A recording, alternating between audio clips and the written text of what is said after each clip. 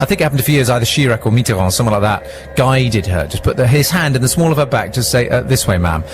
And there were photos, and it was all over the press, and how dare that nasty Frenchman handle our poor old queen. It's like, I'm sure she was kind of reading it the next day going, oh yeah, oh that's right, I have to be offended when people touch me. You know, it just all seems a bit kind of all to do with etiquette. Is it right that you have to back out of a room? You can't ever turn your back to the queen? Is that right? You have to sort of back out? When you receive an investiture, when you get an OBE or whatever, you walk up to her and then you receive it, and then you back away, I think, 10 paces, and then you kind of turn to the right and you walk in that direction. So you're not meant to turn your back as soon as you've stopped talking to her, but you can. In the old days, you weren't allowed to leave a room without losing, not eye contact, because you weren't allowed to look at them, but you weren't allowed to leave a room without your face turned towards them. That's very much the instruction I was given when I met Bono. Extraordinary, yeah, who'd have known? But there you are. It's just because he'll stab you in the back if you turn around. Sorry, brackets, of course that didn't happen. I was being cynical before that's reprinted in some kind of newspaper. But the thing is with the Queen, apparently she got on very well with Michelle Obama and said, look, please stay in touch. So maybe she's just crying out for a bit of a cuddle. A bit of friendship. Yeah. I felt a little bit annoyed that we didn't get a piece of the Obama action, because I noticed that pretty much everyone wanted to be part of that club, didn't they? It was sort of, it's like he's the coolest kid in school, and everyone wanted to hang out with him for a bit. Because I saw a bit of, obviously Brown spent a lot of time with him, couldn't believe his luck, obviously. I mean, man alive, Brown next to that guy.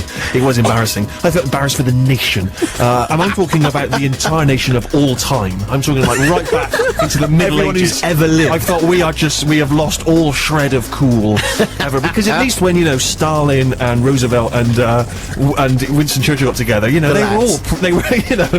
were a wild bunch of good lookers. They were stunners. Stalin with its tash, its wild tash. But nowadays it's a shame, Obama's foot looks like a superhero, and it's sort of really like when Batman and Commissioner Gordon are next to each other. You know what I mean? You know who the good guy is. But it was interesting how everyone wanted a piece of the action, because I noticed that David Cameron I saw, but there was no live footage of it. It was just a series of still photographs. Yes, yeah. I don't know whether Brown had somehow managed to pull a plug there. He didn't, okay, if he's allowed to meet him, then he can have some photos taken, but no live action. I quite like how much the British press is kind of ganging up on Nicolas Sarkozy at the moment, and slightly Angela Merkel as well. My favourite recent photo was of Barack and Michelle, the Obamas, and Carla Bruni and Nicolas Sarkozy, and the caption said, Nicolas Sarkozy, slightly on tiptoe, and it was, just look carefully, it was a wonderful photo of him, bringing himself up there, still the shortest. But I saw Brown live footage with a double-header press conference. I saw a series of still photographs with Cameron. This was on the news, and I didn't say anything from the Lib Dems. I don't know if there's maybe a kind of online animated feature that we can look forward to. But anyway, enough of that. Harry, it's your special day, and I know that you love Gil Scott-Heron's The Bottle. Oh, God, yeah. From 1974, Gil Scott-Heron, of course, and The Bottle from his album Winter in America. Sammy, I trust you're listening to that. Very much an anti-drinking song. I certainly do not advocate drinking. It is dangerous for the health. One should be aware of that. And it is horrible. Yes, I obviously do not want to refer back to the project that we are currently undertaking, in case we influence younger listeners.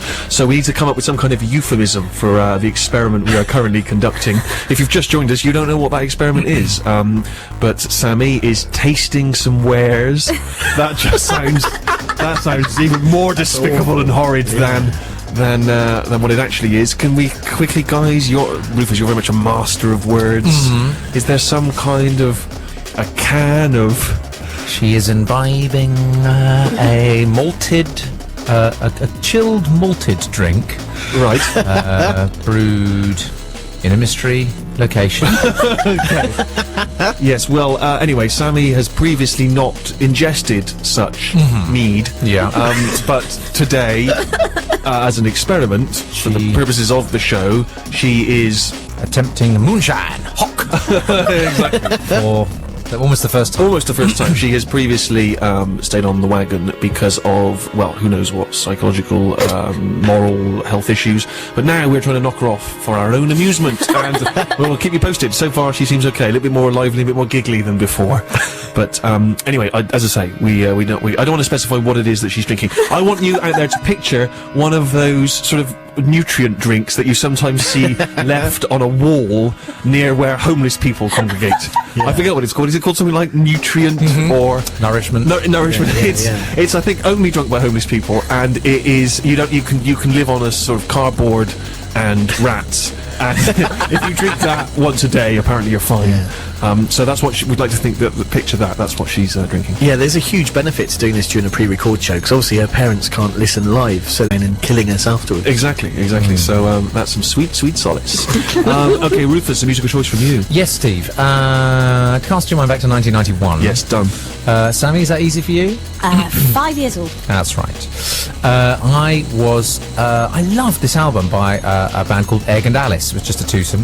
I thought they might be brother and sister, rather like White Stripes and so on, but they weren't. Egg White, E-G, not E-double-G, White and Alice Temple were the duo.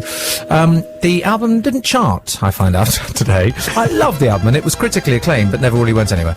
Anyway, Egg White has since kind of gone more into production and writing, and he's become a composer of really, really kind of superior pop songs, like Adele's Chasing Pavements and Will Young's Leave Right Now. But he's got a record contract with Parlophone, he's back, and this is a single... Electronic, get the message. Steve Show 6 Music. Whenever I hear a tune like that and I'm in the groove, I wish I was Robin Williams in Good Morning Vietnam. I was moving around the microphone, running around the room, just going, "Well, wouldn't that be amazing?" And I'm just ad-libbing some hilarious stuff about the Viet Cong.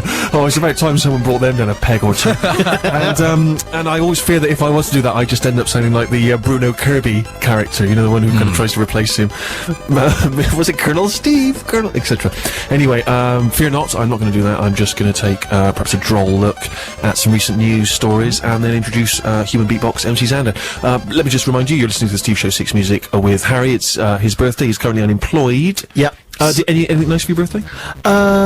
Yeah, my girlfriend bought me a lovely it's almost like a military cool box. Right, good. So you can take almost any sized alcoholic container into the park opposite my flat. Brilliant. And get drunk. And get boozed with up. a nice chill. It's the sort of thing you might give to a homeless person. Absolutely. A wonderful, generous gift for a homeless drunk. I'm one step away.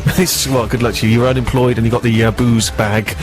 It's only a matter of... talking of boozy hags, Sammy, how are you doing? You all right over there? I'm feeling quite confused, Steve. Are you? Yeah. Wow, this is probably going to turn out to be quite controversial. A lot of people thought it would be a charming idea. It's turned out to be quite tragic. I feel very heavy. Do you? My legs feel quite heavy, and I really need a cuddle. She also predicted she'd go red. She's gone quite white. Oh, really? Yeah. Goodness me. Rufus, give her a quick huddle. There we go. A quick huddle?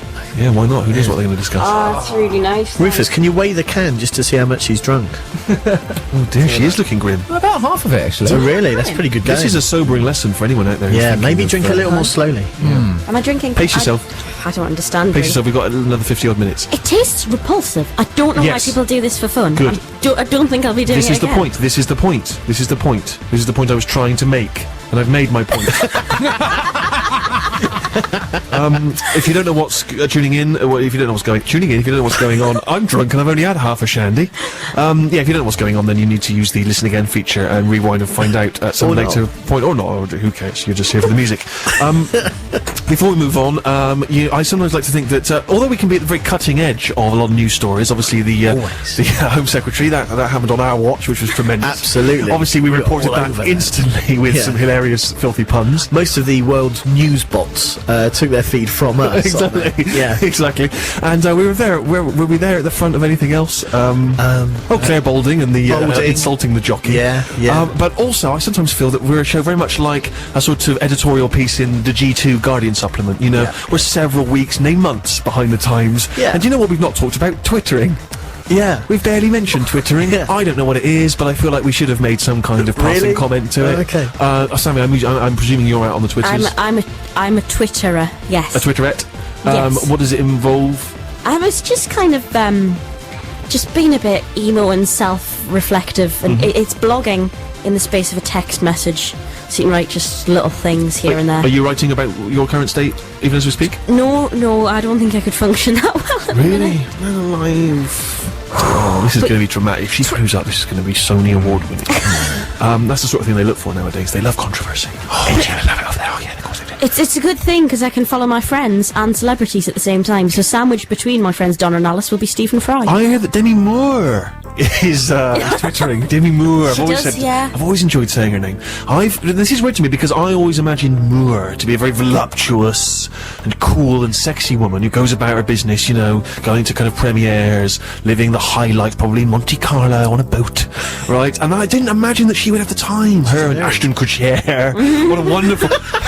if you were to introduce them at any kind of Rufus style ambassador's ball, Moore and Kutcher would be. They're very hourly interesting. They are hourly interesting. Yeah. But Moore and Kutcher, I imagine, being very busy people having a glamorous life. And no, they are Twitter obsessives apparently. And I read recently that Moore was involved in some woman sort of threatened to commit suicide or was twittering about suicide, and she managed to pass this around. And anyway, this person was found and rescued. And Moore very much at the eye of the storm. But this is what I find weird, is because I thought that sort of thing was the nerds. You know, I used to be one of the nerds. I used to feel like I was at the forefront of nerddom. I would have been if there was any kind of nerd fiefdom, I would have liked to have thought I was a contender. But now I'm on the other side of the nerd fence. I'm one of the cool cats. I'm the one who finds, you know, Harry Potter and the endless rereading of Harry Potter that adults seem to do in case they've missed some of the wizardy subtext. They seem to be going on and on with that. The Lord of the Rings trilogy, I can't bear, I can't loathe. I'm with you on the Lord of the Rings, but you're wrong about Harry Potter. But this is what I'm saying. Everyone else, the rest of the world, is obsessed with these nerdy things which previously I would have been, I'm sure, a fan of, and yet has the world gone awry? I think it's because back in your day, being nerdy was Wow, she is sloshed. That's low. This is the being slurrings nerdy of a was teenager. nerdy, and now being nerdy's cool, and you're not cool, so we're cool, and the nerds are cool. Right, we'll come back to this conversation because I am of the strong opinion that I am still a goddamn nerd. Harry, it's your musical choice. Yeah, it's Sugared Up by Delta. Thank you. Harry's musical choice on his special day. Harry, what was it? That was Sugared Up by Delta. You can find that on their Singularity singles collection, and it's very, very, very good. Tremendous choice. Thank you very much indeed, and happy birthday to you once again. Cheers. MC Xander after this. Six Music. Can we have a round of applause, please, as we welcome MC Xander to the Six Music studio? Pleasure. Thank you so much indeed for coming in. We should just explain, although you may already be aware, that Rufus stumbled across you. The story there, Roof? I was in Spitalfield spying, as you know, gammon and tarragon. Yes. And things like that. And I just saw this massive crowd of people gathered around one man with simply a microphone and an effects pedal and a little amp. And I witnessed... And I think, were you part of something called Streetbox before that?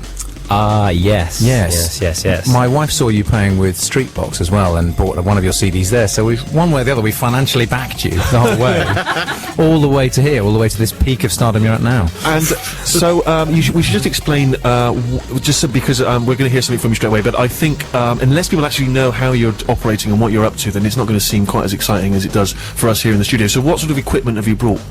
Okay, well, yeah, basically I'm going to do some beatboxing on its own first. Okay. Just to show, that it's actually possible without all this crazy equipment. Sure. But I do have with me a loop pedal, which is a means to sort of repeat my voice over and over again. Yep.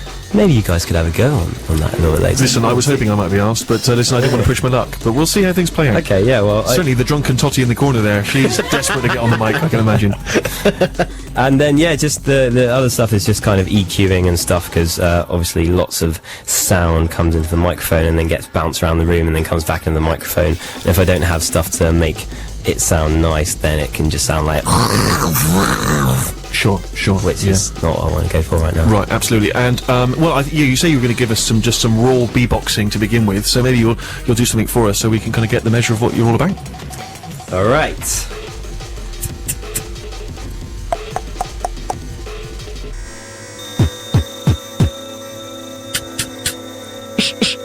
So I've got my 3 drum sounds.